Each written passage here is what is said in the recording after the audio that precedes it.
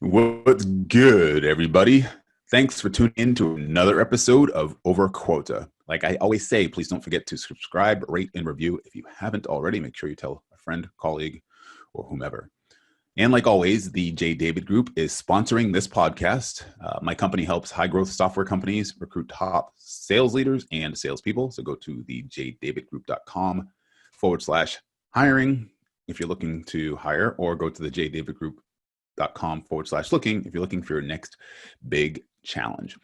So one of the things that I've been passionate about learning during this pandemic is how companies are going to navigate their way through these economic waters and all the challenges that we're facing. And I'm able to have conversations like the one we're having today so that I can get this information and share it with you.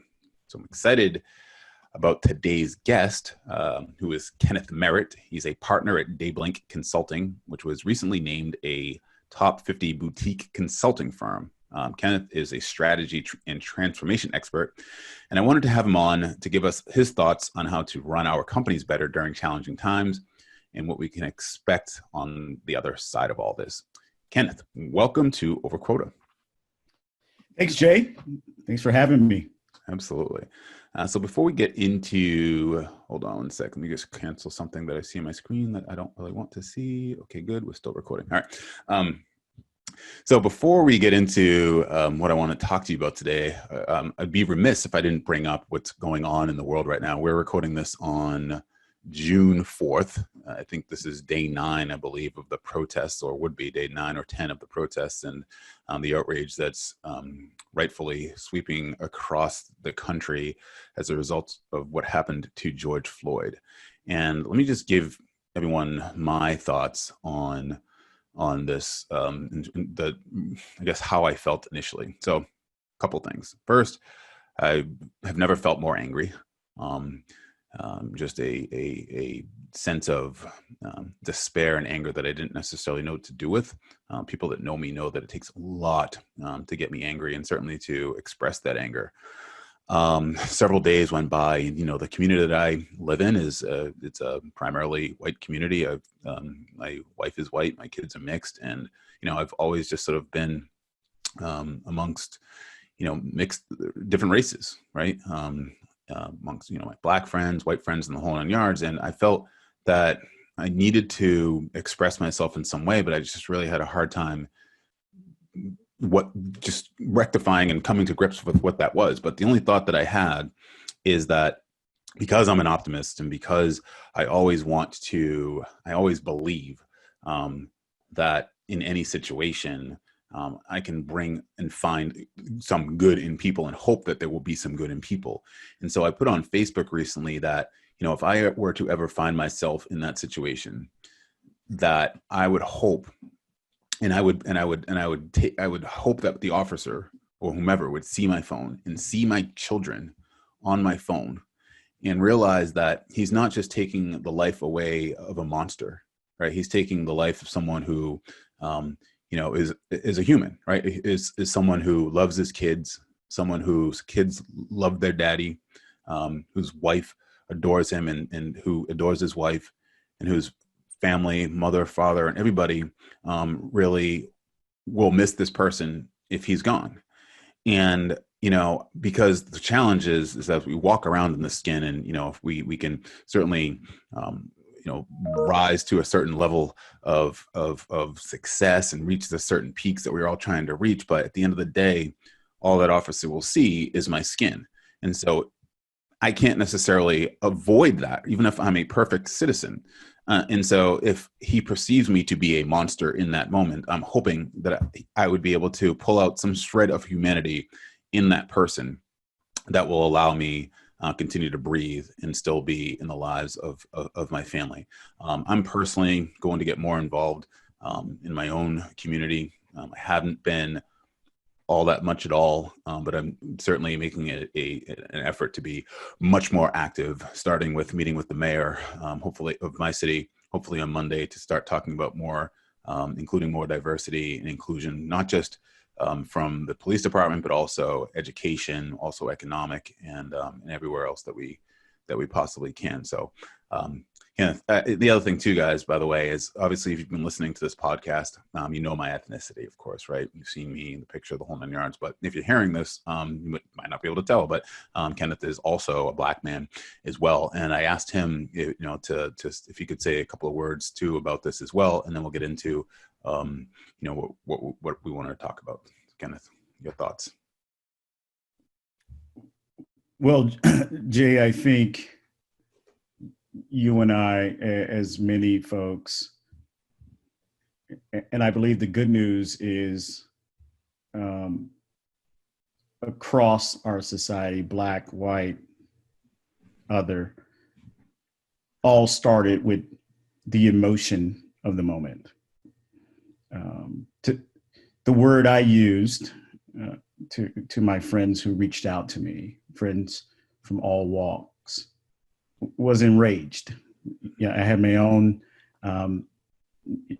anger that felt even more than anger, which is in many ways different than times in the past. And I don't know that that's a good thing, in that the need to change, even from me, right, has been as kind of a priority as it should have been, right? At this point in my life, I'm a father of two. My daughter is 21. Actually celebrated her 21st birthday a couple days ago. My son is 18. And we've had these conversations. I think the first time we experienced it and talked about it as a family was during the Trayvon Martin case, when they were, middle school age, back in 2012. And so maybe part of the rage and part of the pain that I feel is knowing that their lives are directly impacted one way or another, and that in the most indirect way, that the rules by which they have to live by are not that of pure equality and justice, to one day them ending up in one form or fashion in the wrong place at the wrong time. And so I probably have netted out with three things that guide me, right? It's one, and I believe this, and this is the conversation I'm having again, right? Whether it's on a business, as a leader of a firm who sits on a couple of boards and in positions that I have, right through to what I say to my friends is, this has to be much more of a priority than it's ever been, right? That there is no more sidelines in this, that everyone is either on the side of right or wrong. And for each one of us, that has to be the paradigm for which you start, right? Are you in this fight for quality, justice, and truth, and the virtues that this country was built upon, or are you not, right? Because we have not done enough in the past. I think the second thing is our approach to where we go has to be, driving towards systemic change, right? Because the issues that we face are systemic as such. And I'm a consultant, and so I always almost got to, I guess, think about it in consulting terms, that the way we go about this has to be in a systemic way of changing it. And then lastly, and I kind of touched upon this before, we should think about what each one of us can do and should do better, right? And do more of. I had a discussion with my friend, and a friend of mine who we've grown up together, and we've had so many life experiences in that. Being a Black man in corporate America for all these years, there's certain kind of rules that you play by. Some of them we impose on ourselves, and one is not having this conversation with white people, right? And I think that was a mistake by me.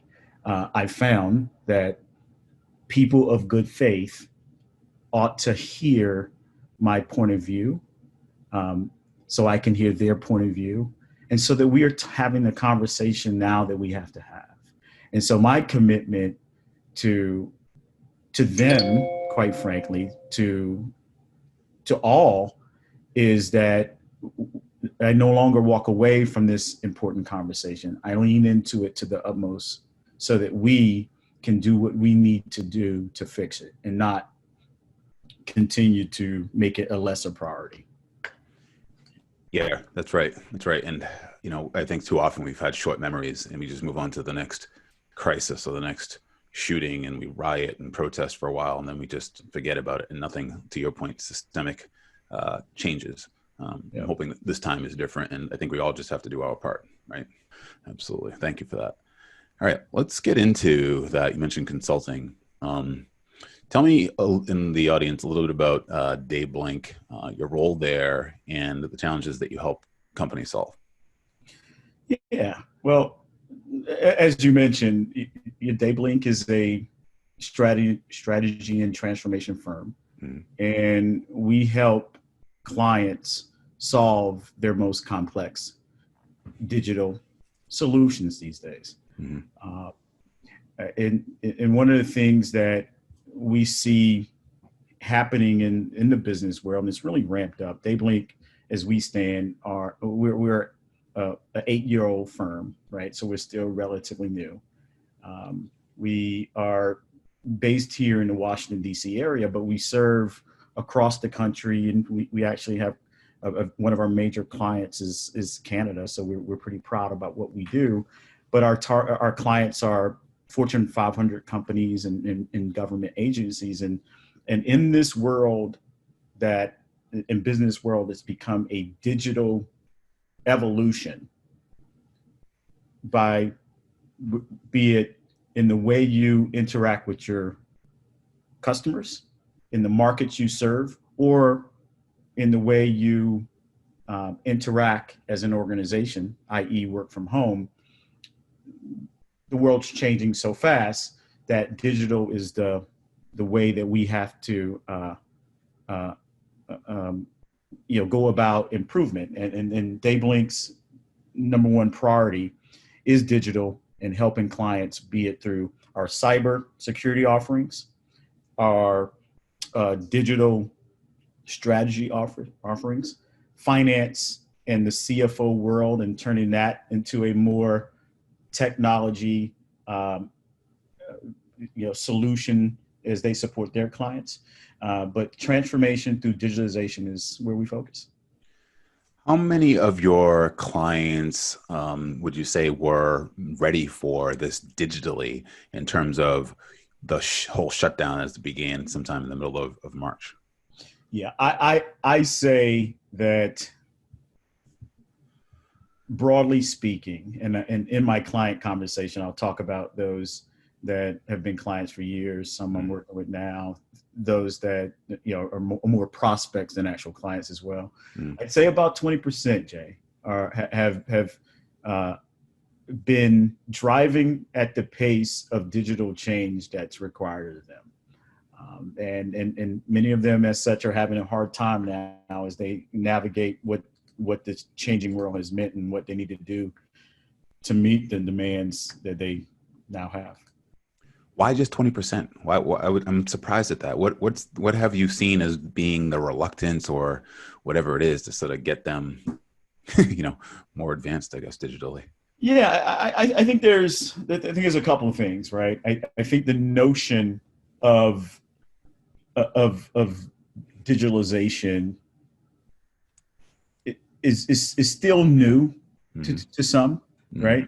I think what it means as a real thing to every company is something that they've got to solve for. And the 20% has done a nice job because their customer base, their competition, their market demanded that of them. And the other 80, it comes from effective kind of vision of your leadership team, your the investment you have, and quite frankly, navigating traditional challenges of investment dollars, growth, and all the other priorities that leaders face in companies. And where in this term, in this time, does digital stack up on the priority list? Is it number 8 or 9? Is it number 3 or 4? Where is it on that list, that master plan, if you would? Mm-hmm. I think it was lower than it probably should have been, and the world we're in now just is making what probably could be 8 or 9 on your list now number 1 or 2. That was going to be my next question is that how has that changed? So let me ask you this then. If investing in technology was a prohibitor for them moving forward, how does that factor into what's happening? Meaning that obviously if the economy is struggling, companies struggle to hit their Q2 numbers, maybe their Q3 numbers, they didn't necessarily budget for any digitalization of things, but now it's a necessity for them to make that move. The question is that are they doing it now, and can they do it given the fact that they might not have, or do they have to find money someplace else to make the investments in digital? Talk to me a little bit about that. Well, simply put, the 20% are way ahead of the curve. Yes. Right. Mm-hmm. This will come down to whether or not you have those investment dollars, and quite frankly, the leadership team and management know how to navigate the environment. Let's make no mistake that the third quarter, that what we went through in the second quarter, third quarter, and fourth quarter, for many of us, it's going to continue to be tough. Mm-hmm. Because where you at one time had options around where your investment went, you have fewer options now. The demand for you is to navigate your limited resources and turn them towards reestablishing your business. Unless you were in one of those businesses, and quite frankly, there's some businesses who took off, who this environment helped, right? Mm-hmm. But if you're in those retail, let's maybe focus there a bit. And there's been for years the dichotomy and the pull for a retailer of what Walmart and that world of storefronts, big ultimate economies of scale, superior supply chain, broad customer base, brand does to and for retail, good or bad. Mm-hmm. And on the other side, the acceleration of Amazon and what it brings to the world in being at your fingertips, delivery, totally different customer experience, and how those two things were impacting your business. Mm-hmm. Well, if you lean more towards brick and mortar and in your business model, this environment forced you immediately to change, immediately to think about how you operate in a more virtual way.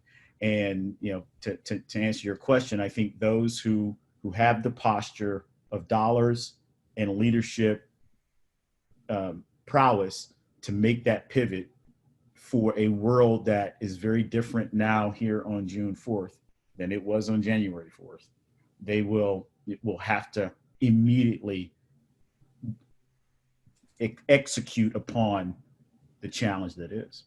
Yeah, and it's safe to say that if they don't have those dollars, it's going to be simply unable to meet the demands, and then they might, that they're at jeopardy, obviously, for, I don't know about going out of business, but certainly the business is going to be hurting for a while. Absolutely. I mean, it ranges from a very slow kind of ramp up, perhaps in the best case of what your business was, or sticking with my retail example, your Neiman Marcus or J.C. Penney's who have failed.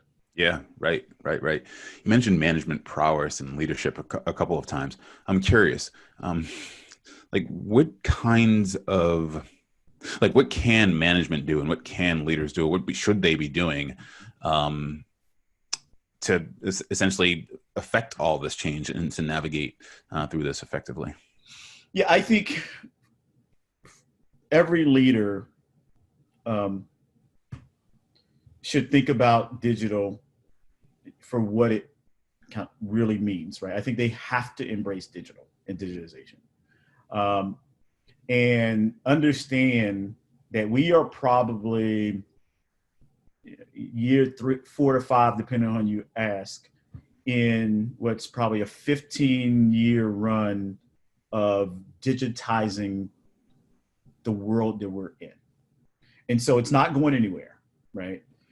So as such, so one, you got to get in that game, but then two, you got to think about it as in the way it impacts your customers, if it hasn't already, as well as your team, your employees, those who are part of your organization, and really lean in to making sure that through this evolution, through this transformation that's happening, that you're learning from what others are doing, right? Perhaps, I kind of look at it as if you're not a retailer, and and you can learn a lot from retail, right? At your pace and not necessarily theirs is way faster, right? But if you're a B2B business, or even a services business, to say, wow, I mean, that can that happen to my business? And if so, how will my customers behave differently, right? What will they demand of me? How will their preferences change in a more agile, digital, cyberish type of world, right? Secondly, what does that mean for my employees, right? Do they have new needs today? Like, for example, we work from home now. How much of your work from home needs to stay kind of home because the preferences of our workforce and the pace for which things are done, right? I mean, how much lift and productivity did we get because people aren't having to commute, right? And so we now have invested in the infrastructure of Zoom and Skype and GChat and better equipment for working from home. Should we lean more into that and not necessarily go back to the way it was? Is there any data on that yet in terms of the productivity, whether it's and how much it is up? I'm assuming it's up, but or maybe I don't know. Maybe people don't think it's up. I have not seen any published studies just yet, but anecdotally, right, and talking to people from all different industries, different walks, different functions in a company, I think a lot of folks feel like they're working more, right? They are on the positive side taking advantage of not having to deal with the commute if you're in a high traffic area and those kind of things, and at the same time getting the benefit of getting to squeeze in one or two more meetings throughout the day.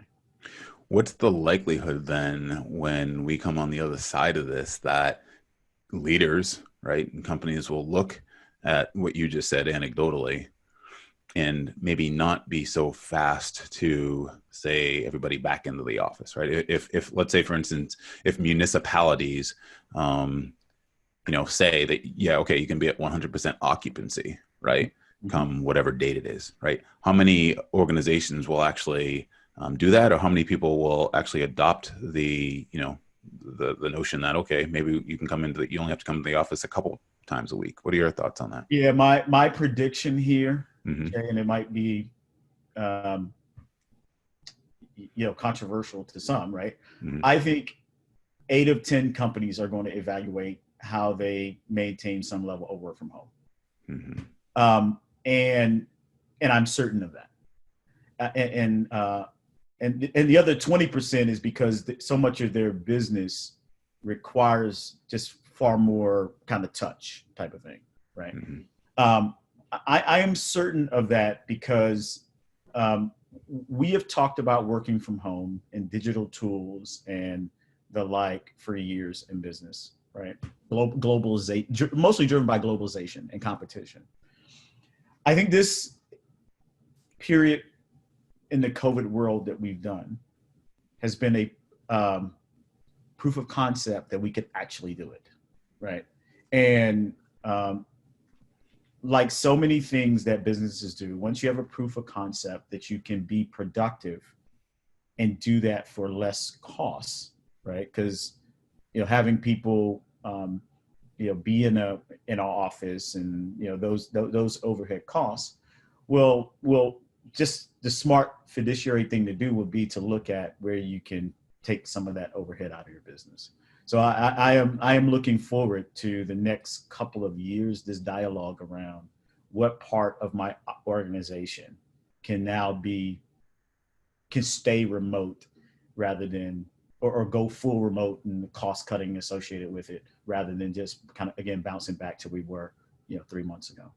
You mentioned globalization and competition. One of my past guests, episode 19, guys, Ryan Burke, he was the SVP or really head of sales for Envision App and scaled them from around 35 people to over 850 people. It's a fully distributed company. And he said his culture was really work from anywhere. And it was predicated on what he called the 3 C's, which is collaboration, communication, and culture, and how to make all of that work. And selfishly, as a headhunter, as a recruiter, I'm hoping that that's the case as well. And the reason why, by the way, Envision Apps started it that way is because of what you just said. They were competing for engineers with Google and the like, right? And rather than competing with them all over in Silicon Valley, they said, okay, well, let's just see if we can find the best engineers no matter where they are. So to your point, right, in terms of cost savings, if you're a salesperson or you have a sales position open, maybe you find somebody in Idaho as opposed to New York City or Boston or San Francisco that can do that same job more effectively. So I think for me, it's pretty cool too as well, because they don't have to worry about candidate commutes as much anymore. I think that's right. And I think you'll see that companies will learn how to attract candidates from all over using kind of more digital solutions. So, like Zoom interviewing, right? And I think that's inevitable. And globalization was also another reason to do that, to your point. Yeah, and I want to talk about sort of that new normal, so to speak, of hiring, training, and onboarding in a minute. But let me go back here for a minute because I'm curious about costs and allocating, money from one area of the business to another. And obviously, we're talking about digitalization here and how to do that. How are companies looking at their costs and sort of figuring out, okay, here's where we can spend the money and should spend money, and this is where we should reduce costs. Tell me a little bit about that. To me, that's a black box. I don't know how companies are looking at all that. Yeah, and it'll be interesting to see how this manifests going forward. But if I just assume that the lessons of the past will be part of the practices and processes we use, I think companies will go through that evolution of for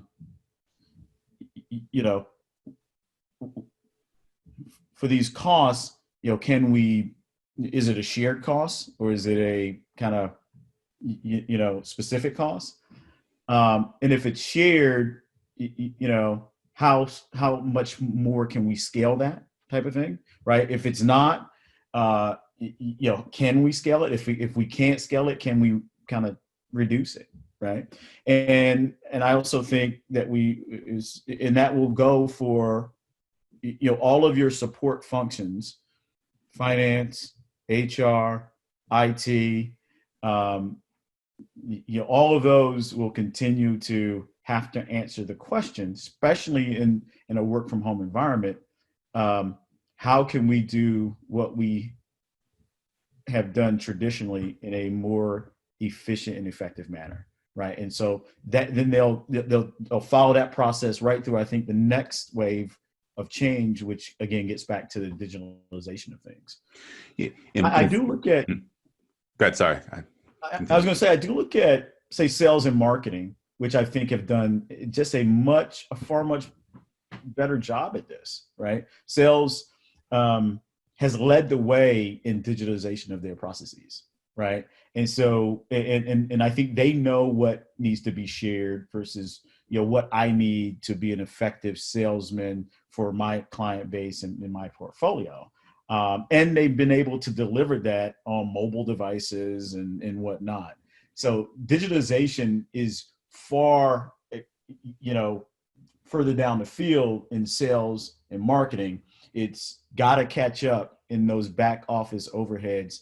And then operations, I think for the most part, is in the middle. And I think that depends on what kind of business you are. If you're retail and some level of services, then you're under pressure and you got to do it faster. If you're manufacturing, I think it's a little bit of a different story too. So. Yeah, that's why I was surprised when you said 20% of your longtime clients were really there in terms of digitalization, because I'm so steeped in sales and marketing with these technology companies who are frankly building technology to sell to other people that want to digitize really. And I use sales enablement tools. Guys, go back and listen to episode number 1 if you hadn't. That's Ed Calnan, founder of Seismic, which is $1 billion sales enablement company. Then I also did an interview with one of the vice presidents of sales at Brainshark, which is another sales enablement tool as well. So yeah, those things are certainly important. And you're right. I think that sales and marketing are certainly further down the road than some of the other functions. Speaking of functions, you talked about IT, human resources.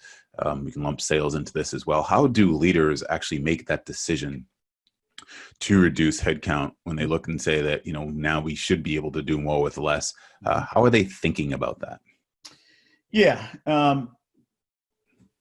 I think the cost pressures will be immense, honestly. Right. I think as businesses and as the economy continues to open up and ramp up, in the interim, every company function leader is going to have to ask the question: in the short term, how can I get more? How can I get more out of less? Right. And that in itself, and this is where, again, the winners will separate themselves. If they think about coming out of this as the definition of efficiency and effectiveness through not just people, not just by looking at your process, but accepting that the technology has advanced, and that if you do things different with the data and the information, that you can really redesign what you're doing in a way that meets kind of the world we're going to be in, right? I think leaders who place too much emphasis on the people side and not not retaining and upskilling people as they should, or those who just say, well, I'm just going to put in a new tool, the new sales tools. I think they'll see a step improvement, but the type of improvement that is before us requires your real transformation by looking at what I generally look at is those 4 enablers: people, process, technology, and data. When they're looking at a team of people of 10 within a particular function, let's just say however many people there are, how are they making the decision to say, okay, we're going to have to let this person go, but we're going to keep this person or these people? Is it just performance, or is there something else? Well, I think I think it has to be both performance and capability, right? I think inevitably there's going to be technology kind of infusion and digital infusion in business. And the more that your people can be um, equipped and have the prowess to do their jobs in a new way, the more lift you get out of kind of that person as opposed to a person who's not, right? If I have one bit of counsel to kind of every kind of one kind of mid-career at this point, say more than ever, more than you would have had to do 10 years ago, is think about your role and how you go about your everyday job in a way that is truly better, right? It's truly better. And if so, what does that require you to do? And own that a little bit, because that's the question that leaders have to ask as they make the choice where today I have 10, my budget says I got to be at 6. The 6 that are going to be there are going to, have it's going to be performance based, but it's also going to be capability and capacity to do work differently. When you were talking there, it reminded me, I don't know if you ever see that movie Hidden Figures. I don't know if you saw that. Yes. Yeah, Yes. right. Yep. And that's a perfect example of where, the women that really shined and stayed. Forget the woman who was the star, but ultimately she started learning how to program the IBM machines and didn't let the IBM machines replace her, right? And that's a perfect example of what you're talking about, right? In terms of, figure out how you can sort of intersect and inject your way into that capability and capacity piece and still be valuable human being to the company, right? Yeah, and I think it's a great example because at that time in our kind of business livelihood, right? It was, some of those computers were nice to have, right? And I think from that moment, really into now, right? You could opt in or out as a company and an individual as to how digital you're going to be. I think that option is going away, and the COVID-19 situation, it has accelerated it more than otherwise would have played. Yeah, absolutely. So let's get into the hiring and onboarding and training. I mean, what sort of challenges are companies facing and going to be facing? And then, how should they go about finding and adopting technology and the right business process to continue to perform and to shine? Yeah, and this one, Jay, kind of hurts my heart a little bit to say, but I actually think the companies again who do well here will understand the opportunity that they have, and that 3 months ago, hiring was a competitive situation to try to find the talent and meet your talent needs in a tight job market, right? But unfortunately, and this is the part that hurts, the job market won't be nearly as tight, right? We're heading towards 20+% unemployment, and by most economists and most people we look at, it won't go back to 4 or whatever it is. Your best case is going to be kind of 8 to 10, and I think that's a little bit of the job mix kind of thing. And talent, we were just talking about, like, from our 6 to 10, those are the left out 4, right, who've got to remake themselves. And so if you're on the hiring side and you're looking for ramping up your talent, the good news is you have more of a pool than you had before, right? And so the question now is not how can I get worthwhile candidates. It's now how can I weed through. It's going to be how can I weed through the candidates to find the right one to kind of fit. Back to your prior guest's way of talking about it, which I really like. Communications, collaboration, and culture, right? Mm-hmm. Because not every you're going to have a choice of so many talented people who didn't go back to their old job. Now, okay, how do I pick appropriately from that pool? And by the way, how do I do it when kind of other companies are also at those kind of diamonds in the rough, right? And so you're going to have to get better, faster, and even use technology, Zoom, other tools that they are to have that, to have those dialogues. I actually had, we as a firm had a opportunity that we're working through that came in this week that's a great one for us. Mm. It is helping one of our clients think about the first level of screening candidates being completely automated, right? So a true artificial intelligence type of automated at a minimum, if it's not full blown AI, way of weeding through candidates and having the kind of first touch. Mm-hmm. Yeah, that's right. That hurts my heart a little bit.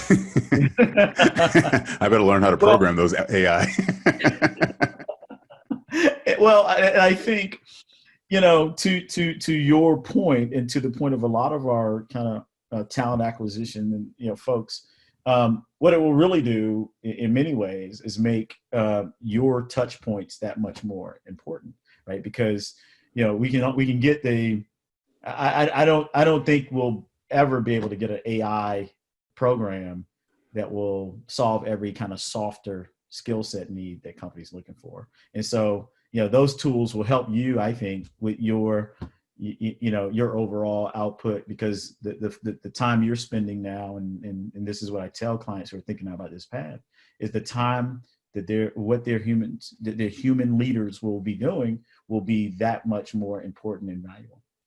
Yeah, and I think certainly, and by the way, thanks for saying that. And I think at the executive level, frankly, it's even more important really to have those, to be able to screen for those soft skills and to have those deeper level conversations than AI might not be able to do. But you're right. I think AI will really help to narrow the field a little bit, much more, and then really have a human being interject there and bring it home, so to speak. So yeah. What about onboarding, right? In other words, that's one side of it, which is the recruiting and the hiring. But have you seen or heard any challenges in terms of onboarding new employees, if people are actually still hiring, I guess? But going beyond this, when we do come out of this, and the new norm is that people aren't necessarily going to be there in an office where they can coach, train, mentor, and all that stuff. Like, how are you helping companies think through that? Yeah, I have coincidentally, my prior kind of meeting today was around how we've had to try to do some onboarding in this environment, and it's been tough. I think the lessons, though, that have been kind of taught to us by like global organizations, as we kind of go back to that conversation, what I've seen work very well is that companies have their initial onboarding experiences be virtual, and be the virtual the activities that kind of play to the virtual, right? So walking through the company overview, right? Helping a new employee kind of navigate, an org chart, if you would. Training you can do in that environment. But the things you can't do are the real culture, introducing people kind of to their colleagues, right? That part that, quite frankly, we've all missed in the past few months. And so what I've seen those global companies do is, bifurcate the things they can do virtually and do them timely to when new employees hit the market or hit the office, right? Office or work from home, whatever it is. But they didn't have these, let's call them conferences, meetings, or et cetera, to when they bring them from all different aspects. And let's play this out in a, to your point, completely opened up kind of commerce and economy. Why not, say 4-6 times a year, though we're onboarding people every other week, but 4 or 6 times a year, we're going to bring those recently onboard onboarded people to at least one kind of culture building, get to know, celebration of you here event that can happen. Yeah, it's interesting. I was thinking too as well that, let's say for instance, a team happens to be in the same state, right? People aren't necessarily hiring across the country like my Idaho example, but are in the same state where it might be a 50 or 60-mile thing where, it might sort of give way to managers meeting with their team members, whether it be one-on-one or in group settings, just for something even smaller, like a lunch or a dinner or things like that, that maybe, frankly, we've taken for granted all these years that, management was getting away from those things and weren't necessarily having build, bonding relationships and building that sort of kind of a culture outside of the office that maybe people will cherish it more and will start doing some of those things, a little Absolutely. bit more. Yeah, absolutely. I think that's, I think it's something we'll have to think about as companies and as they again to this new world of kind of more remote than not, right? And so these processes will have to be solved for. What kind of skills will sales leaders need to either use more of or frankly learn as we're talking about all this? And because obviously it's a different muscle that you're using if people aren't necessarily just going to be able to walk into your office and vice versa. Tell us a little bit about that and how you're thinking about that. Yeah, I think this has been a real challenge, but one of enlightening of to those folks who are real, really good salesmen, right? I've got a couple of colleagues and friends and acquaintances who we've kind of shared stories, and I think the thing that I think we've all learned is that this new digital way of touching can still work too, right? That where we used to get in our car and drive around town and make sure, it's lunch here, it's breakfast there. And so before you know it, you're touching your 4 or 5 different places throughout town, different processes working at different stages of the sales cycle and whatnot. We're learning to do that here in this environment. I think, just as I was saying about onboarding, I think there'll be certain things that we will feel far more comfortable doing virtually, right? Versus getting in our cars and heading over. And I think that's not only because we as salespeople, have exercised those muscles. I think our potential clients and prospects are now kind of groomed in, hey, we can't, my days are long, so I can't really get out for lunch, or breakfast doesn't work because I'm taking my kid to school, or, hey, drinks would be great, but I'm I'm coaching this football team and I won't be able to. Hey, let's do a 30-minute time slot at 2 p.m. to have that meeting via Zoom, right? Or something like that. So I think the digitalization in those skill sets are muscles that we're using now. And I think it's a good kind of proof positive that we can do it. Yeah, absolutely. I completely hear that. Also, just for personal relationships too, I'm having more meetings, just meeting my friends more, I think now. Yeah. We start appreciating those things that we've taken for granted so much, even people that live across the street from us in some cases. It's true. And how many virtual kind of drinks have you had? That's right. Kind of a net new thing, right? Yeah, right. It used to be we have to be at the bar to have cocktails, but hey, right. That you live cross town, I live cross town, or in another town, and there's travel and expense and other things that make it harder. What if we do it? You have a drink and I have a drink, and we pretend we're in the same room. And reduce drunk driving all at the same time. Absolutely. How about that? How about that? All right. So complete this sentence for me. Enterprises that blank will be the ones that come out of this crisis stronger than their competitors. So I'm biased as the digital leader for Dayblank Consulting.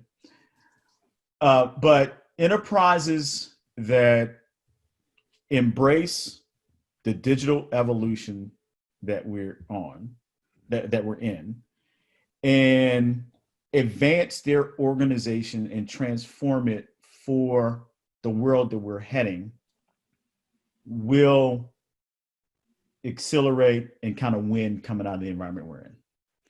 And what we were saying earlier, I think pertains as well, which is that in order to do that, right, in order to get going in that, they need to be able to make the investment that they need in order to move forward. Because without that, then it would be more difficult to do.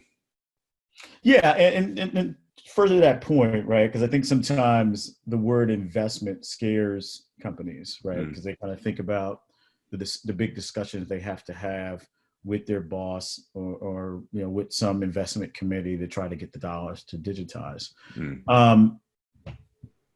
And let's be honest, in a tight business situation, investment dollars are kind of the first to go. I think what you have to do, whether you have big dollars or not, is find the time investment and mental investment and real commitment to it, that even if it's a bootstraps type and investment to get there, that you do, right? You can't let budget constraints stop you from digitizing, or you inevitably will not get there. And you and those who because I'm not one who buys that those with the deepest investment dollars always win the digital race. Mm-hmm. It's those who make the right level of effort, commitment, and big and small tactical moves are those who will win. I think all of my enterprise salespeople that are listening to this should take this clip of that interview and share it with your prospects for sure, because that's poignant right there. And also, which as you were talking, it made me think about just landing and expanding, right? You don't need to get all of the money today, right? They don't need to make the entire investment for across the enterprise today. It can be a small group, almost like a test, if you will, and then scale it from there if necessary. Well, it's a great point. And part of being digital is being agile, right? And agile is not, the proverbial, hey, it's going to take us, 3 years, and here's our big master plan. We need to set aside $40 million. We're not talking about that, right? We're talking about figuring out what you need to do digital. Yes, big picture, but what can you do in sprints, right? As little as 2 weeks here or there, right? And so we like to talk about digital, agile, org, and all these things in meaningful chunks based off where you are, and not some kind of preconceived, way of big transformation, like kind of old world. That's right. All right. It's time for what I'm calling the rapid five. I had recorded a couple of interviews recently that people may have heard that I didn't include the rapid five. I'm not sure why, but we're definitely getting back to it now for this episode, which I'm not sure which number it is, but nevertheless, are you ready for the rapid five? I think so. Let's go. All right, here we go. What are you most excited about right now, either personally or professionally? I'm really excited about the summer, right? I think the summer will be it's been such a tough end of winter and spring for us. I think as a society, a summer filled of collaboration, celebration, sunshine. I think we'll all be better for that. Yeah, I completely agree there. What activity do you miss the most since being sheltered in place, or activity? This one, Jay, sounds weird by most people's account. Okay. I actually miss commuting. Really? Tell me why. I have to know. I miss commuting, right? Yeah. And that's commuting by the sense of, driving. I live in the outskirts of DC, so it's, it could be 35 minutes to a meeting in DC. It could be an hour to my office, which is in Virginia, or it could be a day trip up and down the East Coast, right? Mm-hmm. But I kind of miss it all because in those moments, you know, I've actually, in 20 years of doing this, learned that those actually do become moments where you can get a lot of, thinking, kind of quiet time that you wouldn't otherwise do, right? So it's a little bit counterintuitive because you think you're in a car and you think you're distracted by everything, but you actually get a chance to kind of whether it's listen to a podcast like this one, which is great, or whatnot, you actually can go kind of learn something, think something, process something. And when you're working back to back to back to back to back in this work from home environment, you kind of you lose that a little bit. I hear you, man. I have the biggest breakthroughs when I'm driving in my car going somewhere. If I sit in front of my computer to try to solve some sort of problem creatively, no matter how hard I try, maybe I'll have a breakthrough, but almost always, if I'm driving in my car or shutting off a particular part of my brain, the other side turns on, and that right brain comes back on, and there it is. And I'll also say that I've been running my own business from home, quote unquote, from home for almost 10 years. And one of the productivity hacks that I use on myself is, which by the way is one of the questions I'll ask you, is I literally don't work from home, or I wasn't working from home during all this, even though I could. So I would get in my car, I would drop off my kids at school, and then I would get in the car and I would drive intentionally, not just at a local coffee shop where I live, but I would drive 2 or 3 towns over to a coffee shop. And at some point I was just going to a different coffee shop pretty much every day. One time I was stuck in traffic and I was just laughing about it. I'm like, I don't have to be anywhere right now. And here I am stuck in traffic on the Southeast Expressway, like trying to, but to your point, Totally. Yeah, it tricks my brain into thinking when I get there, okay, it's time to go, right? It's time to work. And then when I come home from the cafe or whatever it might be, then it's like, okay, you can shut it off for now, So I absolutely. Good. So my answer wasn't weird. Yeah, at least not for me. At least not for the person that you're talking to here. What keeps you motivated? I am motivated by the times we're in. Mm-hmm. I'm motivated by this word I've used so much, digitalization, but mobilization. The different generations, the challenges that we have for how all of us who come from so many different kind of perspectives can collaborate, which is also why kind of you and I started this talking about what's going on in the world around us. The optimist in me see all the people rallying for a cause. And though I wish it was always in positive rationales for how we do it, mm-hmm. The fact that we can come together in these times of, again, multi-generational, multicultural, and there's so much opportunity before us. And quite honestly, as corny as it may be, I want to be part of that. Yep, absolutely. Okay. Can you share a piece of advice or tool that helps you stay productive? Yeah, I was thinking about this in the grand scheme of managing time, right?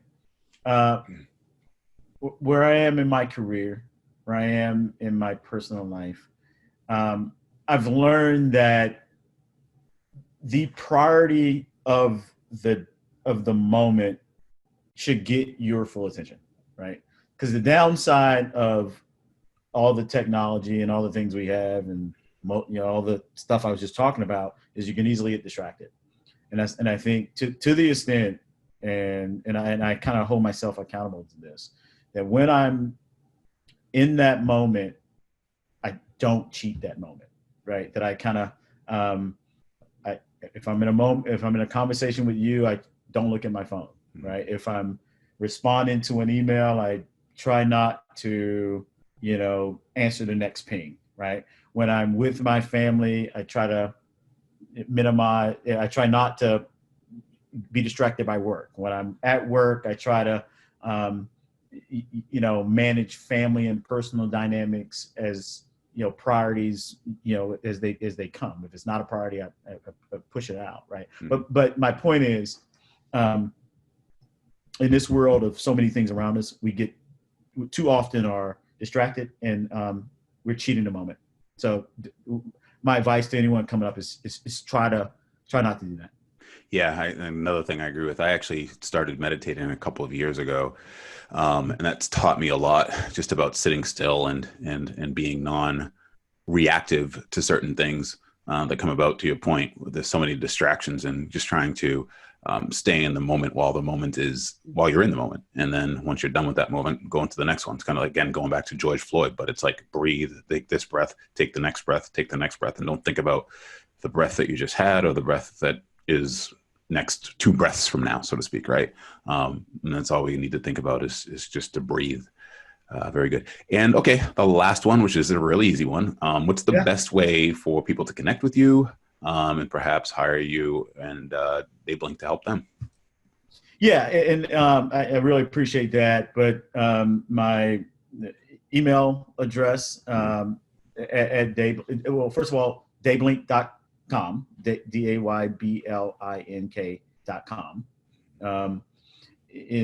And I'm this is one of the leaders of a couple of practices. You can find me there. Kenneth Merritt at dayblink.com is my email address. I'm also on LinkedIn, much there about my profile, and I pride myself on being very responsive. So any questions, anything you'd love to talk more about, I'm more than happy to do that, and would actually appreciate it. Yeah, guys, and I would encourage you to, even if you're not in a position to hire Kenneth and his firm, just to reach out and say thank you, and maybe have a couple of follow-up questions there as well, because I certainly want to thank you. I know your time is valuable, speaking of time, and I appreciate you spending your time here with me on Over Quota. Thanks, Jay. Absolutely.